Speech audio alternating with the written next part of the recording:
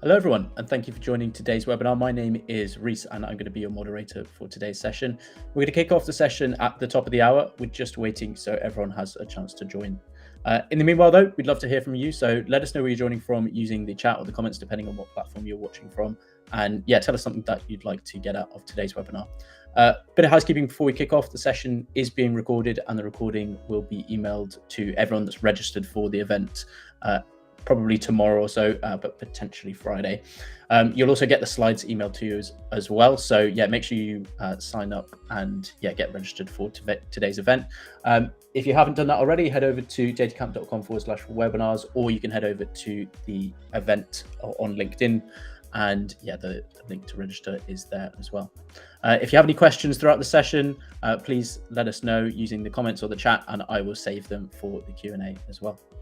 Brilliant. I'll be back to repeat these messages for any new joiners shortly, but until then, enjoy the background music.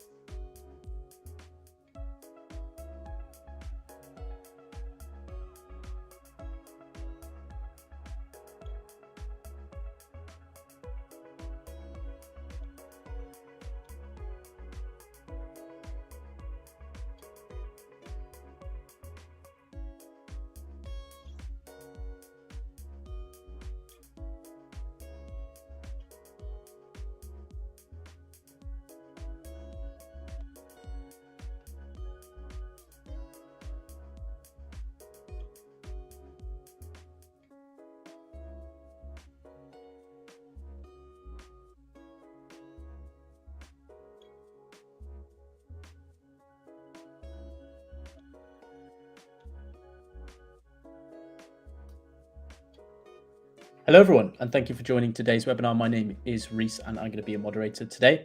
We're going to kick off today's session in a few minutes. We're just waiting so everyone has a chance to join. In the meanwhile, though, we'd love to hear from you. So let us know where you're joining from using the chat or the comments, or depending on where you're watching from. And tell us something that you'd like to learn in today's webinar.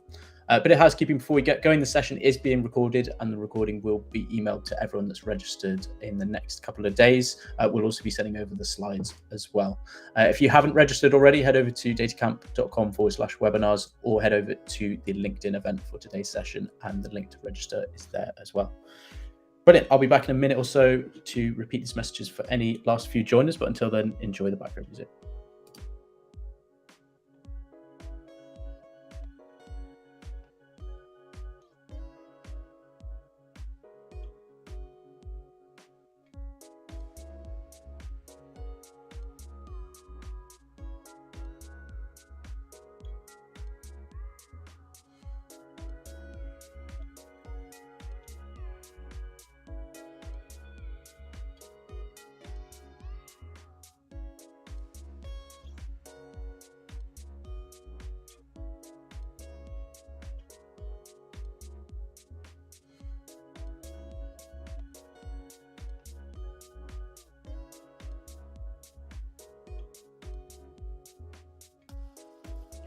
Hello, everyone, and thank you for joining today's webinar. My name is Reese, and I'm going to be your moderator today. We're going to kick off today's session in about 30 seconds or so. We've just been waiting so everyone has had a chance to join. Let us know where you're joining from using the chat or the comments, depending on what platform you're watching on. And tell us something that you'd like to learn in today's session. If you have any questions at any point throughout the session, let us know in the chat and the comments, and I'll be saving them for the Q&A at the end. Just a note as well, the session is being recorded, and the recording will be emailed to everyone that's registered for the event in the next few days. If you haven't registered already, head over to datacamp.com/webinars, or head over to the LinkedIn event for today's session, and you will find a registration link there as well. Brilliant. I think that's everything from me. So now I'll hand you over to your host for today's session, Richie. Richie, please take it away. Hi, everyone. This is Richie. Now, I'm sure you've noticed there are data sets absolutely everywhere. A lot of them are freely available to the public. And in theory, this is a brilliant situation where almost any question you want to answer has a data set available to analyze to help you do your data-driven decision-making. However, if you've ever tried this, I'm sure you're aware that a lot of these free public data sets have pretty dubious provenance, and they're often poorly documented, if they are documented at all, and sometimes the quality is a little bit questionable. And if you're just playing around with data, you're trying to learn how to analyze data, then that's often fine. But if you're using data for your work and you need to take the quality of the data seriously, then often these data sets aren't suitable. So today we're going to learn about how to make use of public data sets in the cases where quality does matter. And our guest is Alex Izydorczyk. He's the founder and CEO at Cybersyn. This is an economics data platform. And he founded Cybersyn as part of a mission to make high quality data more accessible, both to individuals and to organizations. Alex was previously head of data science at the investment platform Coatue. So with that, please take it away, Alex. Great. Thank you, Richie, and thank you for everybody for being here. As Richie mentioned, I am the founder of Cybersyn, which is a company dedicated towards providing data as a service on Snowflake. We're a Snowflake subsidiary that is hopefully going to make data available to you. So let's get started, and I will switch over to my slides, and we can take it from there. So just a little bit about sort of what we'll cover today. So first, I'd love to start with my background, just to give you some context of where I'm coming from. And I know the session is titled Utilizing Public Data, but I want to tell you a story about hedge funds. And this is where my background relates, because I think that it really sets some context for when public data is appropriate and when proprietary data is sort of what you're looking for. And I think this will be a fun story to tell. And then finally, we'll get into some of the public data sets that Cybersyn makes available and hopefully spark some ideas for ways that you could start using public data on Snowflake in your own organizations. So with that, let's get started.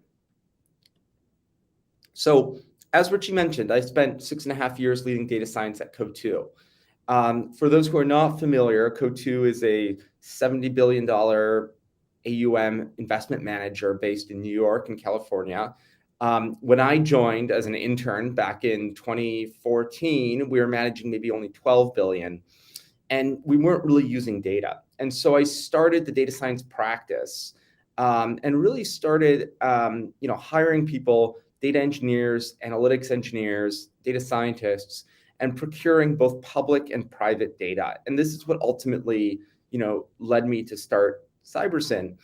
What I'll also mention is the relationship with Snowflake, because I think that piece is very important.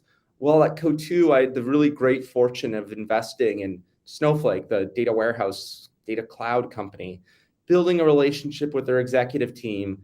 And as we built that relationship, and when I ultimately decided to take a break from Coatue, it became clear that Snowflake was going to be a winner in the data delivery platform through their Snowflake marketplace.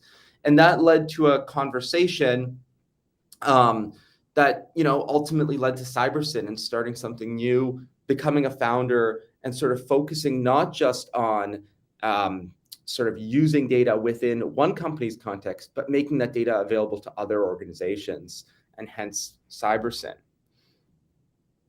So as I mentioned, even though this webinar is titled, Utilizing Public Data, I actually want to take you on a little bit of a storytelling tour, just because I think most people find this story interesting, and also because I think it really illustrates why public data is, in some ways so important.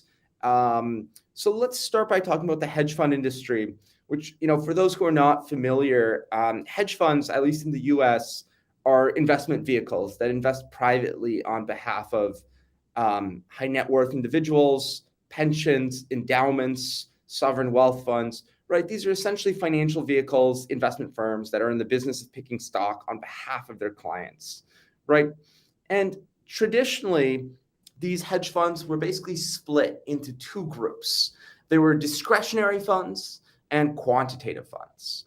And so, let's start with quantitative funds, because these often make the news in the form of Renaissance Technologies, perhaps the greatest hedge fund of all time, or Two Sigma, or AQR, or DE Shaw.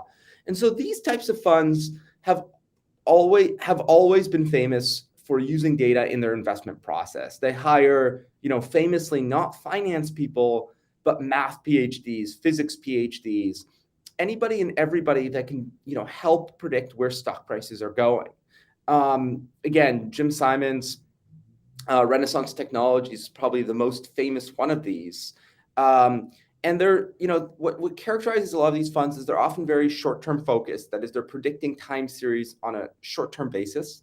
And they're often not thinking very much about what the individual companies or securities, that is the stocks, bonds that they trade, what these things actually represent. Instead, they just think about these things as stochastic time series that they're predicting in order to manage money on their behalf. And then on the other side of the world, there was discretionary funds. And so this is typically when you think of Wall Street and you think of investment management on Wall Street, this is what these funds represent, right? They generally employ smart analysts who've been to business school, do private equity as a form of education, and eventually work at these funds. And their job is to model individual companies. They typically use Excel. They talk to management. They talk to customers. They form a qualitative view of how the individual companies are performing, and basically, use that to form some long-term orientation on which companies we should buy, right? So they say, hey, look, people really love Netflix. We've done customer surveys. We've talked to management. We've sort of built up this type of relationship, and so therefore we should invest. And when I joined Coatue was a discretionary fund. It was not systematic. It was not quantitative. It was filled with really, really smart people, but that were sort of, picking companies using Excel. And so what happened over the, next, 5 to 7 years, and really candidly, the course of my career, is this thing that became known as alternative data exploded. And alternative data is the concept of using non-traditional data sets. That's why it's called alternative. So non-financial data sets to measure what the economy and what individual businesses are doing in real time. This has been covered in the news a lot, but to give you just some real perspectives, right? So, an example of alternative data would be satellite data. Today, satellite data is being used, given the number of satellites that are up in the air and given the commercial availability of satellites, there's a lot of usages beyond, the scientific community. So hedge funds can use satellites to take photos of parking lots, as just a random example, to figure out how full shopping malls are and correlate that trend in the fullness of shopping malls to people shopping at stores and therefore economic performance. Another example is satellites could be used to take photos of farmers' fields, and based on the color of the fields at different times in the season, you can actually estimate crop yields. And you can imagine this is useful to commodities traders like hedge funds, but also useful to other types of agricultural enterprises, and frankly, to government and policy agents thinking about food security long-term, right? And so this concept of alternative data has gone beyond, just hedge funds, and has started to become sort of very useful for all types of organizations that want a faster view of what is going on in the economy or in society than traditional government metrics. Think, the U.S. Census Bureau can provide. So this is kind of some of what we'll be talking about today. And I think what's really amazing about alternative data and sort of these creative data sources is many of them are available for free. And then as an organization, it might be an investment worth making on the proprietary data side to extend the free data sets. But it makes sense to start with what is publicly available. And I call these hidden public data sets because it's always not obvious where to get them. So again, just to review so we're all on the same page, I would call traditional data, or at least traditional data in finance, things like trading data, financial reports, press releases. So all types of things that traditional hedge funds or investors, Wall Street would use, and that is typically sold by the likes of Bloomberg or S&P or FactSet and so on. And this stuff is still very important. It's been around for 40 plus years. And it's generally gated. In some cases, it's based on public filings. It's generally owned by the exchanges. and often narrowly useful in the context of finance. Alternative data, I would push it to look at other things. Think transactional data, point of sale data, social media data, satellite data, online reviews. So all types of things that, exhaust data that can really be used to understand what is going on. And again, in my old life, working at Coatue, that can be used to understand how individual companies or entire economies were performing, without getting an official report from the government or from that company. So let's talk about first the first piece of this, which is hidden public data sets. So when I say hidden, I don't mean that anybody is actively hiding them from you. In fact, the government and taxpayers are funding these data sets and making them available online. But fetching them is often not that easy and not that obvious, because there's hundreds of government agencies in the US alone. And when you look internationally, there's even more. And then they're publishing them not on a unified platform, but all in different places. And so in some sense, this is the first problem I saw, is it's a huge amount of effort to just find these data sets, understand what's available, and then sort of bring them into your environment. And of course, the environment that I'm working in is Snowflake, but you could easily be working in Databricks or BigQuery or a series of other environments. I think the world has moved towards unifying your data strategy in a single kind of data cloud environment, if you will. And so just to give you some examples, I mean, let's go back to the COVID-19 pandemic as sort of an example. In the United States, every single government state, the federal government, and most municipalities were publishing their own COVID metrics. So you could go to Florida.gov/COVID, and they would have sort of a number of COVID counts and tests on their website. And then you could go to the CDC website, which is of course a federal website, and they would have a number of COVID cases, and often COVID cases, in Florida. And similarly, you could go do that. You can go to an individual county or township, say Miami-Dade County, and they would have a number. And what was interesting was each of these numbers, they might not tie up, or they might give slightly different metrics in how they define what it is that's going on. And if you could have a platform that would tie together or make instantly available all this data and who the reporting agency was, your view of what the pandemic was actually doing was much better than if you just relied on a single source. And obviously the challenge is each of these public agencies is publishing data in a different way. So it's not as if there's some master government API. It's almost like some advanced agencies, especially the federal agencies, might have APIs. Some states might have flat files, and some counties might just have ArcGIS or Tableau dashboards that you have to sort of manually grok or download from. And so there's this big challenge of okay, how do I find all of this? And then how do I centralize it all in one place? And by doing this at Coatue, I felt that we had an immense advantage in understanding what exactly was going on. And in some ways, I wish the government itself, the federal government itself, that was making decisions around the pandemic had access to the same data, because just having it in one place would have been incredibly useful in terms of policymaking. And this is just COVID-19. You can then go to every other sector that you might care about and sort of push. And so, the example I have on the slide here is around home sales. So, another very salient topic today with inflation and so on. A thing most people don't know is that every home sale in the US, every single transaction is a public record, right?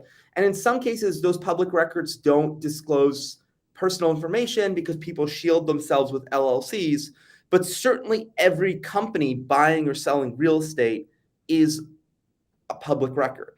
Now, that public record is not available in one place. Some of it is published by Fannie Mae and Freddie Mac. Most of it is published by individual county governments. And again, you have the same problem. Some county governments publish this, on their website. Some give you APIs. Some you just have to know the person at the county office that you email and they send you a CD.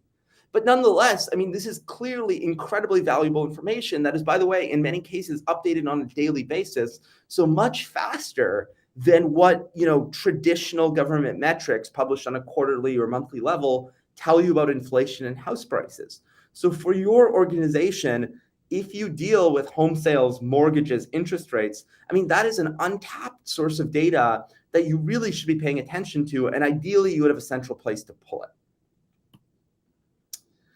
And then beyond public data, let me just give you one quick example of private data. So what about consumer spending? So consumer spending is not a public data set, right? It's private. But there's many agencies that touch public spending data.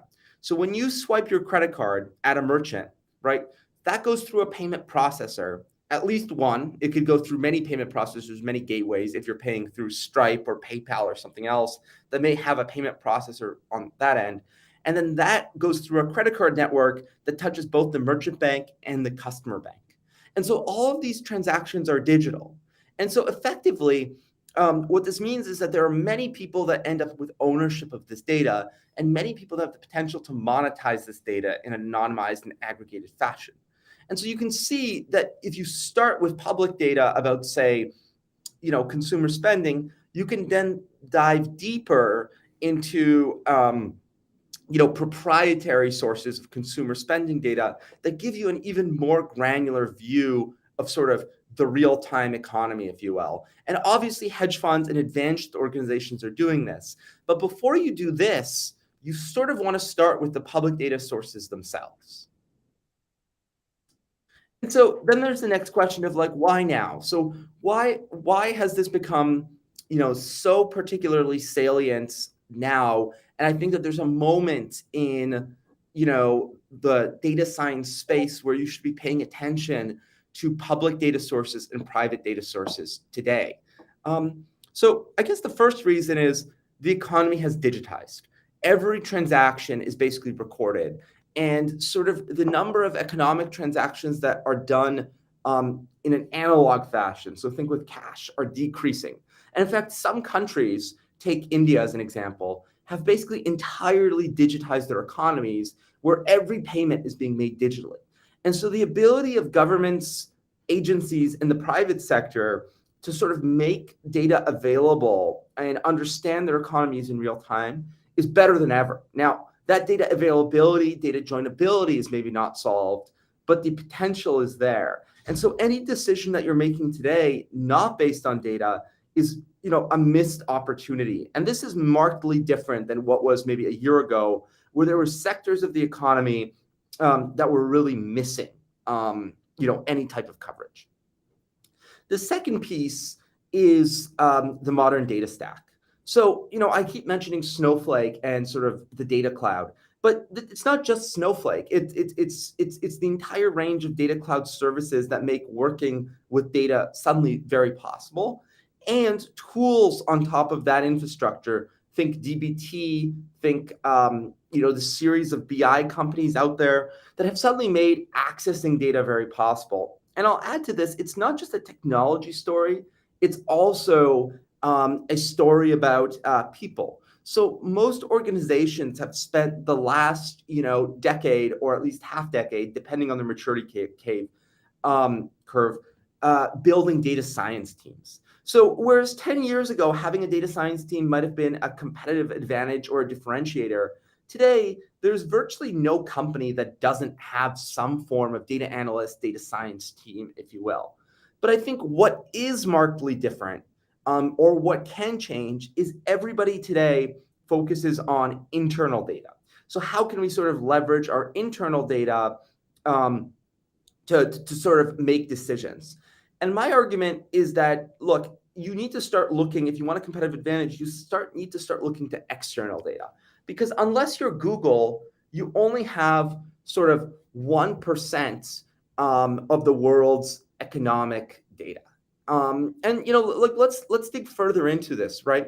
If you had access to every corporate database in the world, you could effectively measure GDP on a global basis minute by minute. Now, of course, nobody actually has this kind of access, but you can imagine you can approximate that access with the public and private data sources available, and with sort of data monetization marketplaces like Snowflake Marketplace. And so I think that this is a new opportunity. A final example I'll give is, when you have the most advanced, most respected data organizations in the world, take Netflix, making decisions on what movies or what TV shows to recommend to you, right? They have tens of PhDs working on improving their algorithm by, 0.1%. And that's great. But in some ways, the lift that they could generate by adding new data to their prediction system is likely much higher than the lift they could generate by improving their algorithm by 0.1%. And so if Netflix would have a way to buy data on what their viewers are watching or doing or spending money on outside of Netflix, chances are the lift their algorithms would get as new features would be much higher than what they could get, if they simply just continue to work on the algorithm alone. And this is my pitch towards considering data and data as a service as equally as important. So data sourcing is equally as important as merely, sort of getting better and doing a marginally better regression. And then finally, there's privacy changes. And we've all heard about this: GDPR, IDFA, CCPA in California. So it's made first-party data collection harder. And in many ways, it's made us think about, okay, where does the privacy line end? And this, you could do a whole session on data privacy alone. But I think that, this is fundamentally a good thing, in the sense that it, as much as it's a limitation and a worthy limitation on data sharing, it also is an opportunity to source compliant data and to find compliant data, because it's no longer to collect certain types of data. So more on that later. If somebody's interested in this kind of legal aspect of external data, happy to chat about it. Again, it could be an entire session on its own. So let me move to the next slide. So again, I think I've just made this point, so I'll skip over this. This hedge fund story is advanced, but it's not really unique. Every organization has the opportunity to incorporate external data into their own internal data, and we'll go through some examples. I'm so sort of convinced of this, right, that I quit my job at a hedge fund, at a very well-respected hedge fund, to go do this, and this was the basis of Cybersyn, in the sense that I started Cybersyn a year ago, raised money, and sort of with this mission of making the world's economic data transparent.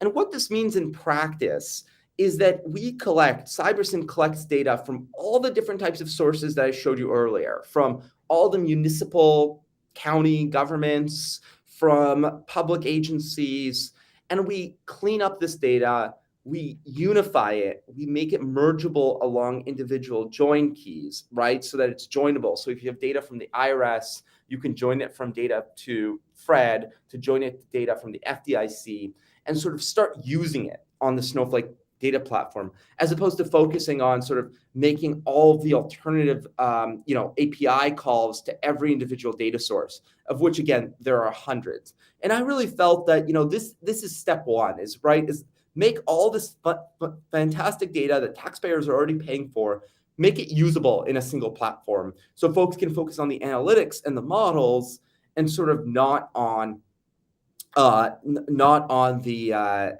sort of gathering in the first place. And so, our broad strategy as a company, and I'll show you, a demo of how this works in a minute, is to find and source data from the public domain, from proprietary data sets, and make that available on Snowflake. And really, the goal is we try to make it easy to get started. We try to eliminate the engineering effort involved, and then we try to make it, very transparent about what's free, what's paid, and sort of the same price for everybody. To be, fully transparent, all public domain data that we process, that we don't do a huge amount of transformation on beyond just the join keys, we make available for free. And so I'd like to sort of jump into that now and kind of just show you a demo of, where you can find us on the Snowflake Marketplace, what kind of data we have, and then how to start playing and using that data. So let me stop sharing this screen, and I will start sharing my broader tab so I can sort of walk you through.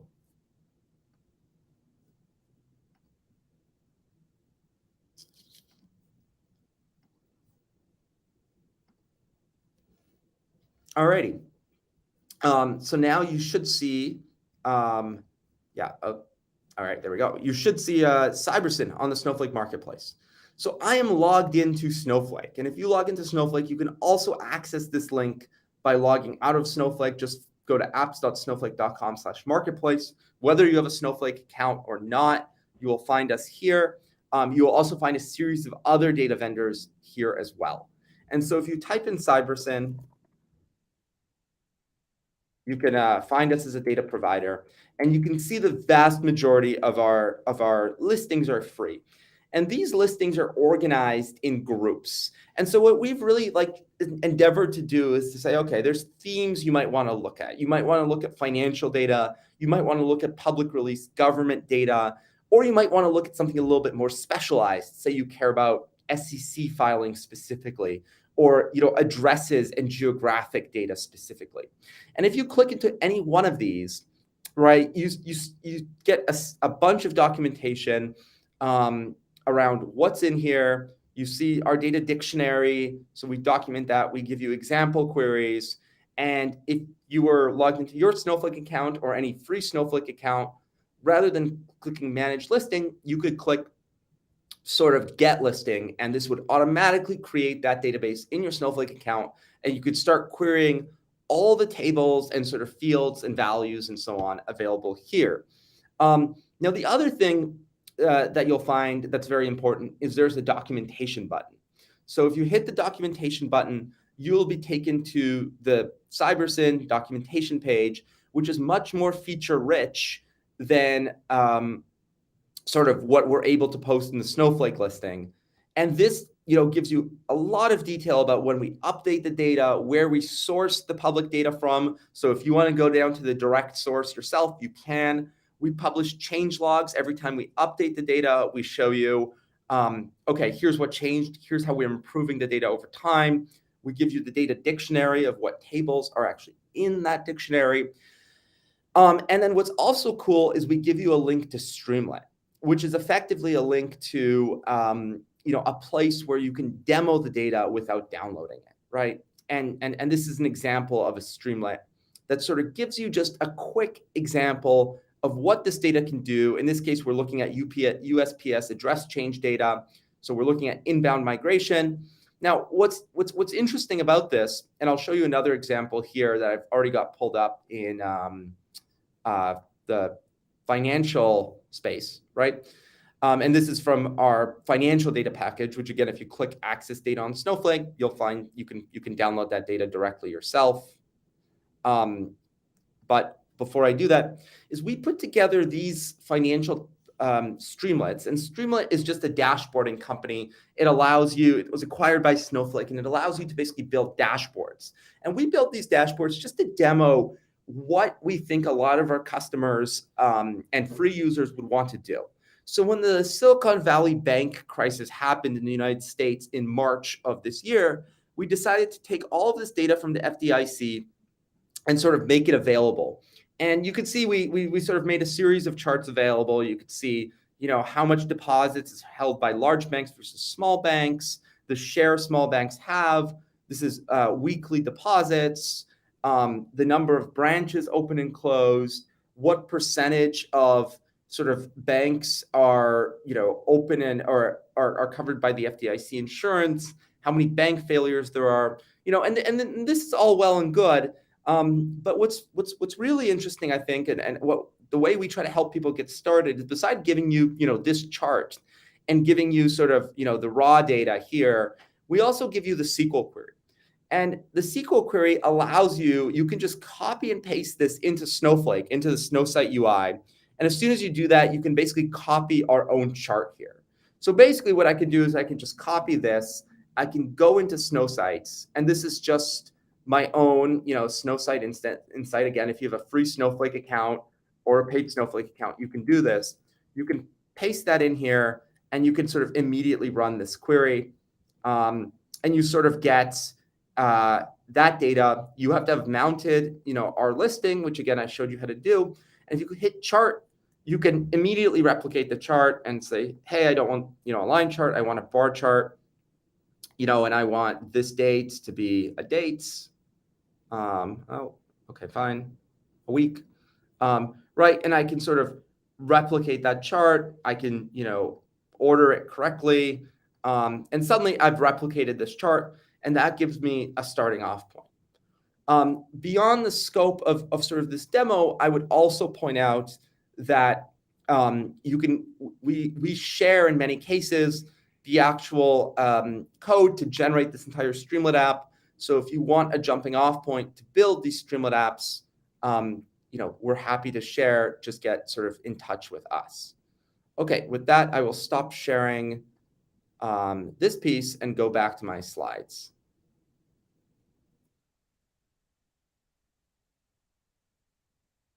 Just give me one moment.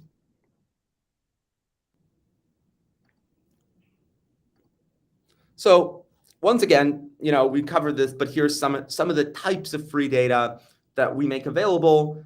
And by all means, please go ahead and check us out on the Snowflake marketplace. If your organization has a Snowflake account, a little bit of housekeeping: ensure that you have the marketplace privileges. If you're a sysadmin or org admin, you will certainly have those privileges. If not, you will have to ask your administrator to sort of add you there and sort of go from there. We did the demo, so this slide was out of order. And then, I'll end on this note that we are hiring. Please, find us on our website, cybersyn.com, and you'll see a jobs or careers page. We're hiring basically in all areas around analytics, engineering, and DBT on Snowflake, around data science and sort of building models in our proprietary data sets, and a product manager for some of the Streamlits that we demoed today. So, if this was interesting to you and you'd like to work on it, please reach out. And with that, we'll stop for questions. Again, I would encourage you to sort of follow me on Twitter. I also sort of run a blog, magis.substack.com, where I write about non-commercial but conceptually interesting things in public data. And then there's a bunch of links there too if you'd like to find out more about Cybersyn, the company itself. We publish bi-weekly updates. So again, every data set we change, every time we do a schema migration, we sort of make that available to our users so that they could sort of keep up with it. And with that, we'll sort of open it up to questions. And I guess I'll have to find out how to see questions here. But thank you everybody for listening. And thank you for coming to this webinar. Brilliant. Thank you so much, Alex. Now, for everyone in the audience, if you do have questions for Alex, please do ask them in the chat. Before we get to audience questions, I actually have a few questions for you myself. So the first one is, I'd just like a little bit more information about how people can get started. So it sounds like you need to create a Snowflake account in order to access these data sets. Is that something you can do for free, or how do you go about? Correct. So you need to create a Snowflake account in order to get started in this kind of like one-click fashion. So again, for everyone's context, I think most people know this, but just in case, Snowflake is a data warehouse in the cloud. So think of it as a SQL environment in the cloud. You can get started for free. Snowflake, I think, gives everybody by default a 14 or 30-day, I think depending on whether you're a student or whether you are a corporation, account, and they sort of pay for your credits. You can mount our listings entirely for free, and that gives you access to a Snowsite UI, which is just a Snowflake SQL IDE, and basically, that effectively allows you to get started. And then, to the degree that you want to continue, Snowflake offers pricing, and there's sort of advanced pricing for students and educational institutions, nonprofits, and so on. But effectively, you're using that Snowflake platform. You can also export or egress our data from Snowflake. That gets a little bit more advanced. But the simplest way to get started is go to snowflake.com, create free account, find us on the marketplace. Excellent. And I know we have a lot of people who are just sort of learning how to analyze data. Are there any particular data sets you have available that you think are good ones to get started with? Yeah, I very much advise starting with the government essentials data. And the reason I advise that is it sort of has the most commonly used and frankly simplest data sets that make for really good portfolio projects. Think population data, demographic data, all the stuff you would want from the US Census, but don't want to struggle with the US Census to deal with. Okay, so you can find out all about your own neighborhood or maybe the rest of what's going on within the country. Exactly. Okay, all right. And it seems like you've had to do quite a lot of processing to make sure that the quality of these data sets is good and suitable for everyday use. What sort of issues have you seen with these data sets that you've had to deal with? Oh, there's too many to name. I think in general, the challenges with public domain data, right, and the value add Cybersyn is trying to provide is that any of these agencies can change their formats anytime. And so you're really part of it is an operational game of just maintaining these feeds and sort of keeping these feeds up to date, right? So everybody publishes on a slightly different schedule. In some cases, the schedules are every year. In other cases, the schedules are something more like like the first Tuesday of every month. And so we're really, really focused on like maintaining those schedules, eventually making as much of that calendar and metadata available to you so you can kind of really understand what's going on. And then the last part, and I see some questions in the chat already about healthcare data, which we'll address in a minute. But even just using healthcare data as an example, one of the challenges we've had with healthcare data is join keys, right? So, okay, all this data is publicly available, but sort of how do we ensure that this data can be joined to other public health data so that kind of creates a unified ability to access data. So you've got healthcare providers and you want to join that to hospital data, and for those working with healthcare data in the US, you've got public insurance and hospital pricing data, which you obviously want to make joinable. You've got CMS, Medicaid, Medicare claims data. And so just making all of those things joinable when those join keys themselves can change, and maintaining those mappings is a big part of like data cleaning that I'm sure a lot of folks on this call can sort of resonate with. Absolutely. So data cleaning is one of those tasks that just takes far too long, and there's always some sort of problems with it. All right, so let's go to audience questions. So yeah, the first question comes from Haya saying, do you have any medical data or anything related to health? Yeah, so yes, we have an insurance and healthcare data package that we're hoping to expand. Today, that healthcare data covers the NPPES data set from the US, which is basically every healthcare provider. So both organizations, doctors, their licenses, what kind of medicine they practice, where they're located, where they're certified. So we found this to be very helpful for insurers. And then we also have Form 5500 Department of Labor forms, which covers the insurance side of healthcare. So which basically tells you which organizations are using which insurers for their healthcare data. I think what's on the roadmap that I mentioned that we're very interested in covering is claims data. Much of what is made available from public government agencies. So in the US, that would be Medicaid, Medicare, so the CMS. We're interested in covering medical device IDs, so GUD IDs, which are very common. And then we also have some population health data or real world evidence data, things like prevalence of certain diseases in the population, things like prevalence of certain types of drug distribution in the population. That is available in our government essentials data and is published by the CDC. Long-term covering data from clinicaltrials.gov, PubMed, like those are all on the area. This is some of the most commonly requested area of data and commonly used not just in healthcare research alone, but also commonly used in industry as well. So this is all on the agenda. Today, the best place to start is government essentials for the health disease prevalence data. and then the insurance and healthcare package if you're interested in that kind of a slightly more insurance but provider angle of things. Okay, so it seems like you do have a fairly extensive healthcare selection there. All right, next question comes from Leidson saying, is the information available exclusively related to the USA, or do you have data for other countries as well?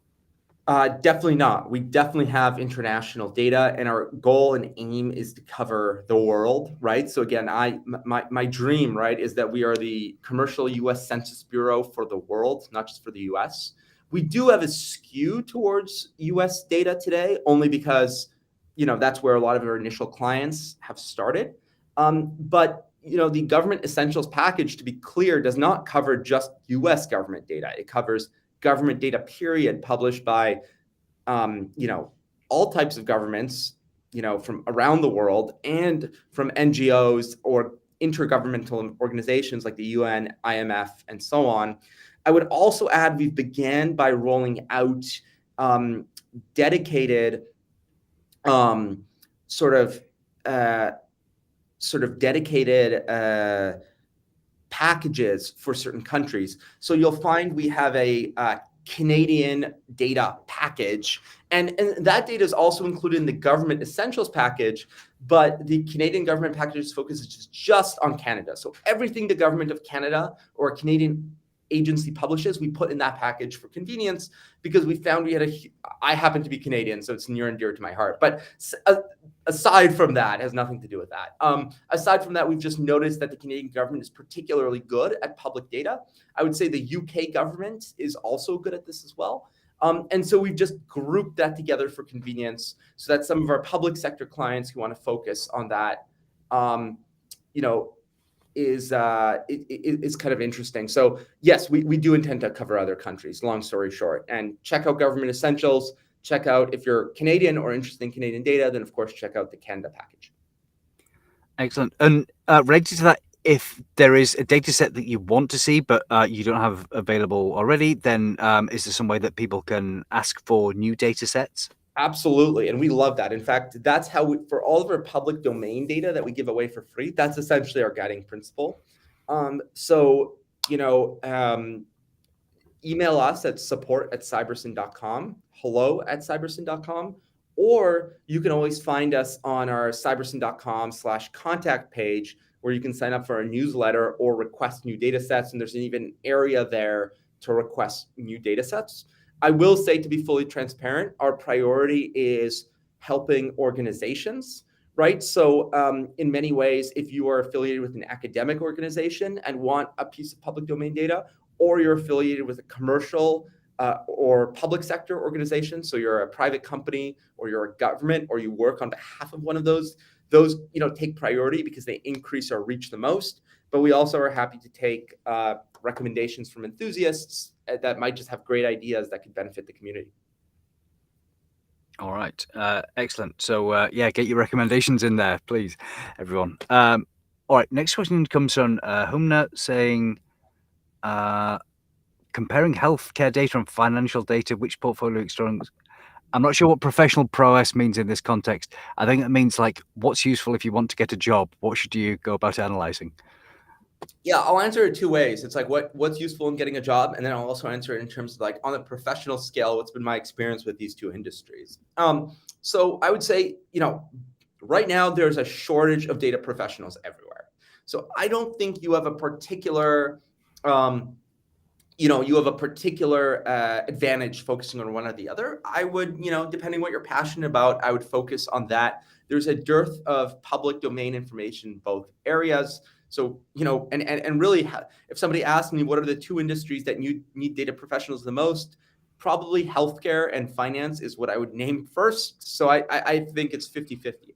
Now, in terms of prowess, in terms of who is, leading the state of the art, I think it's kind of interesting. So in the healthcare space, in the healthcare space in particular, you've got, a couple areas. You've got the commercial area and you've got the academic area. And so I would say, the academic area is very advanced in terms of the types of specialized data sets and the scientific knowledge people analyzing those data sets have. Now, there's an acute shortage of data scientists doing healthcare research, right? So when you talk to, biochemistry PhDs or medical doctors doing research, I think what they actually lack, if I may say so, is statistical skills. And as somebody, who's talked to a lot of these people, they are often looking for people with, statistical and data science, ability to analyze the really complex data they're collecting. So I would say they are not as advanced. Like if you looked at the set of medical research professionals, like they index very high on domain knowledge, but in terms of like data science skill, I think they would admit they could use help, right? And this is particularly true in clinical research. So, a great hack, if you're an undergraduate, is, if you're in statistics or data science, go find a professor not in data science or statistics. Go find a professor that's in the medical school and offer to write code with them to analyze their data and help them publish papers. It's really a great way. It's what I did when I was an undergrad. So I would leave it at that. I would say in the financial space, I mean, again, there is a Wall Street has an unending appetite for data scientists. And it's not just Wall Street, it's also government agencies, it's development bureaus, it's banks, it's everybody. I think that if you want to push your data career to the limit in terms of the most interesting data sets and the most advanced methodologies used to generically develop ROI, then I would say, yeah, go work at a hedge fund. I mean, the types of stuff that we were doing at Coatue in terms of measuring inflation or measuring company performance was really bleeding edge. And so for those interested in that kind of data, like I think hedge funds are pretty far ahead. I would put them, alongside intelligence agencies in terms of like how extreme we will go to find the right answer using data. So it's a different muscle, but it's very interesting. Absolutely. Certainly your comment about healthcare resonates with me. I used to work in a proteomics team and I would work with biologists and I would ask them stupid questions about biology. That was just me, stupid questions about statistics. And then somehow together we would figure things out. So yeah, that's certainly something that resonates with me. And for career advice, right? The next generation of biologists or scientists will need to be both excellent at data science and at their respective fields. So, for those of you on the call that are in university, like really think about that cross-disciplinary skill set, right? Like it's hard to differentiate yourself in biology by being the best biologist. But if you're a very good biologist that also knows data science, you will have a superpower. Definitely. Data science is one of the best superpowers, I think. All right. So earlier in your talk, you mentioned that some of the hedge funds are using things like satellite data to look at like car parks and try and estimate crop yields and all this sort of thing. So is satellite data something you provide? And I'm kind of curious as to what the format is. Are you just providing like raw images, or are you providing like a processed version that's closer to like the questions that people want to ask about it? We don't provide satellite data today. We will. Today we provide, to solve that use case, we provide consumer spending or credit and debit card payments data. We do hope to cover satellite data eventually, but a lot of satellite data is actually public domain. Available from, say, the European Space Agency. Now, it depends what you want to do, right? Like in some cases, if you want to work on image models and machine learning, you should just go download the like raw images. In fact, the European Space Agency makes those raw images, and NOAA, which is the American Weather Authority, makes some of those raw images available directly. For most practical use cases in both science and in commercial applications, you actually care about structured data, right? And so that's what we're going to focus on as an organization, is making this kind of structured process data available. And this could be signals derived from those images, and those signals could be as simple as sort of colors and entities identified there, or they could be as complicated as sort of like, hey, here are here are the number of cars in this picture. So it could be relatively sophisticated.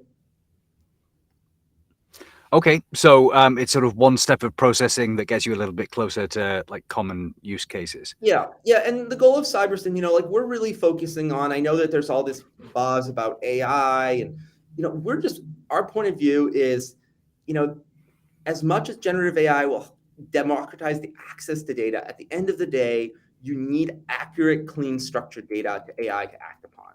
And so that's our mission, is to get that structured data available to you. And we've chosen Snowflake as kind of our partner there. All right, fantastic. Let's go back to some audience questions. So this one is very specific, actually. So this comes from Balaji saying, how can we manage the inflation of agricultural produce prices in West Africa using public data sets? I don't know whether you want to make that more general, but yeah, and I can try to address it. I mean, and there's really two parts here, right? So first is how can we manage the inflation? So there's like, how do you control inflation? That's a policy question. I can speculate, but I'm not going to get too into like the government policy. What I am going to get into is sort of like, in order to manage inflation or build policies, you first really need to understand what is actually going on with produce prices. Like, what is driving that, right? And step one would be like, okay, from all the government agencies in West Africa, all the countries that publish inflation data, you want to centralize all of that data in one place. And then you have to start thinking about, okay, now how can we predict what that inflation is going to be, right? And this is where you might want to start thinking about currency performance. So think FX rates. You might want to start thinking about imports and exports, right? So, again, not specific to West Africa, but, if you think about, there's parts of Africa that import a lot of wheat. We're all familiar with the conflict in Ukraine, right? So the price of these commodities is going up because of geopolitical conflict. So suddenly the price of commodities and the import and export records of those commodities become really relevant. So I would say like step one in terms of managing inflation and ultimately the goal of probably controlling inflation is really building a really clear understanding of one, what actually is inflation today?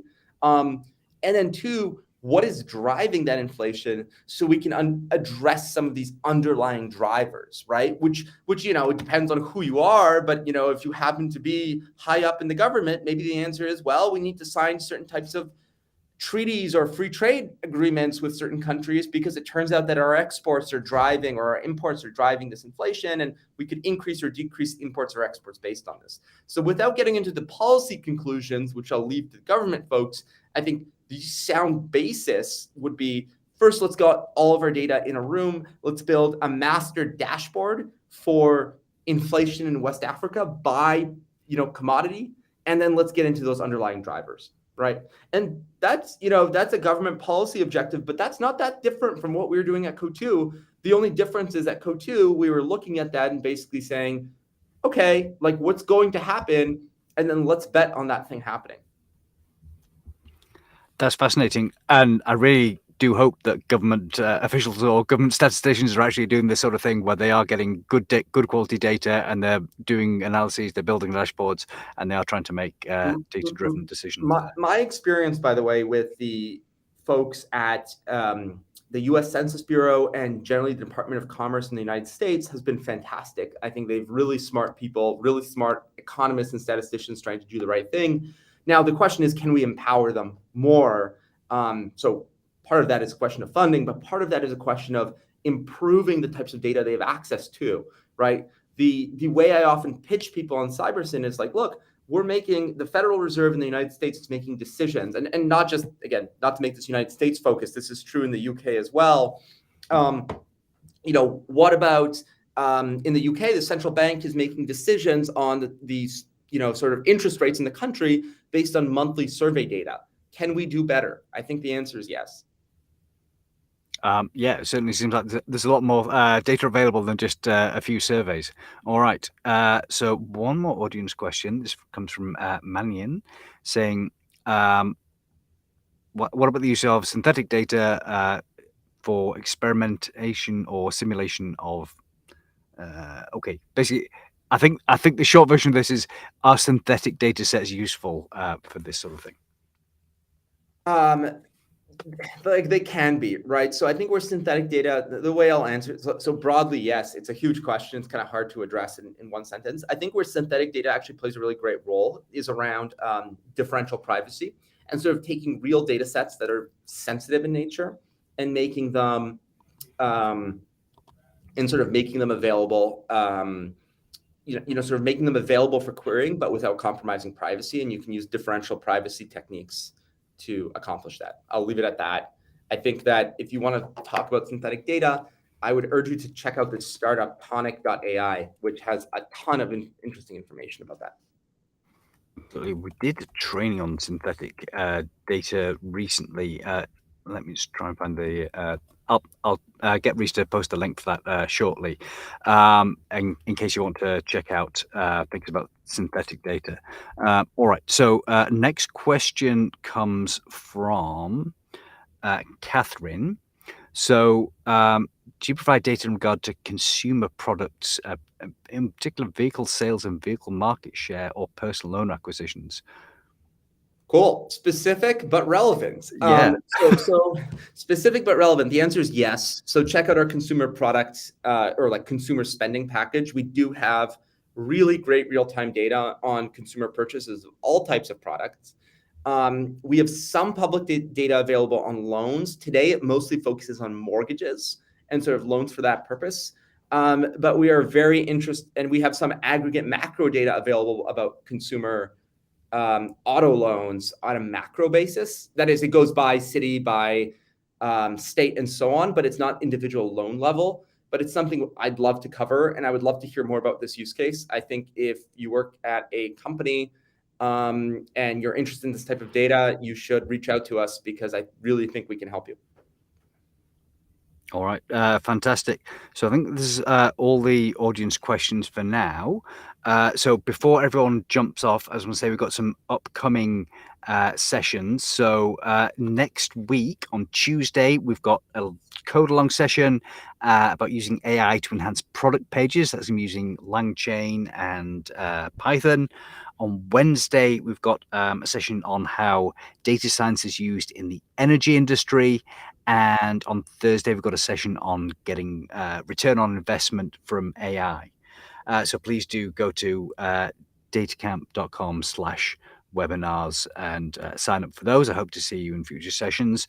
All right. So thank you very much, Alex. That was really informative. I think you've definitely convinced me that easy access to good quality data is an incredibly important thing for a lot of organizations and individuals as well. So thank you once again for that. Thank you to Reese for moderating. Thank you to everyone who asked a question. Thank you to everyone who showed up today. I hope to see you all again in future webinars. See you all. Goodbye.